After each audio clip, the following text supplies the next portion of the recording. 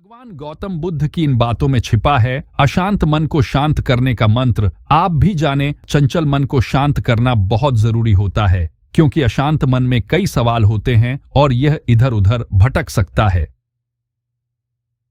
गौतम बुद्ध मन को शांत करने के आयामों के बारे में बताते हैं। हम सभी जानते हैं कि व्यक्ति का मन बहुत चंचल होता है। यही कारण है कि मन अशांत रहता है और कई तरह के सवालों का जन्म भी अशांत मन के कारण ही होता है। यदि आप जीवन में शांति चाहते हैं तो इसके लिए जरूरी है मन को शांत करना।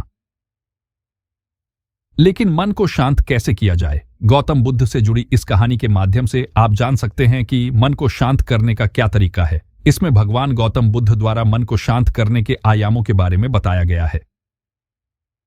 जानते हैं इस कहानी के बारे में जिससे आपका जीवन बदल जाएगा। मन को शांत करने की कहानी।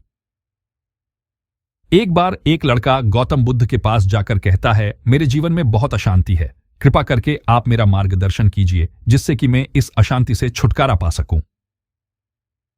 गौतम बुद्ध लड़के से जीवन की अशांति का कारण पूछते हैं। लड़का उत्तर देता है, अत्यधिक विचारों के कारण मेरे भीतर बहुत सारे विचार आते हैं जिससे मेरा मन अशांत रहता है। बुद्ध मुस्कुराते हुए कहते हैं, ऊपर आकाश की ओर देखो और बताओ कि तुम्हें सूर्य दिख रहा है। लड़का ऊपर देखता है और कहता है, धूप दिख रहा है।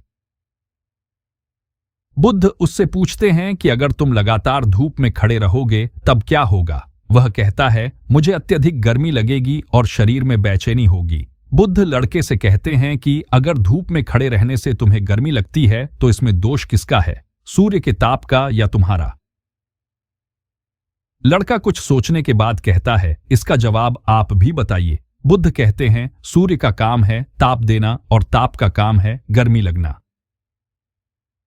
ऐसे में तो दोष तुम्हारा ही है कि तुम धूप में जाकर खड़े हुए जिससे कि तुम्हें गर्मी लगी। तुम्हें अगर शीतलता चाहिए तो तुम्हें छांव में रहना होगा। ठीक इसी तरह चंचल मन का भी स्वभाव होता है, विचारों और भावनाओं को जागृत करना। विचार क्षण भर के लिए होते हैं, लेकिन विचार से पैदा हुई भावनाएं देर तक टिकी रहती है। लेकिन यह तुम्हें निर्णय लेना है कि तुम्हें विचार और भावनाओं के साथ चलना है या अलग दिशा बनानी है। कैसे करें मन को शांत? बुद्ध कहते हैं, मन को शांत करने के लिए तन के आयाम पर काम करना सबसे आसान तरीका है। शरीर के स्तर पर हमारी कर्मेंद्रियां और ज्ञानेंद्रियां हैं। कर्मेंद्रियां कर्म और ज्ञानेंद्रियां ज्ञान से जुड़ी होती है। इससे हम अपनी संवेदनशीलता को बढ़ा सकते हैं, यानी हम जो भी काम करें उसे आनंद के साथ करें।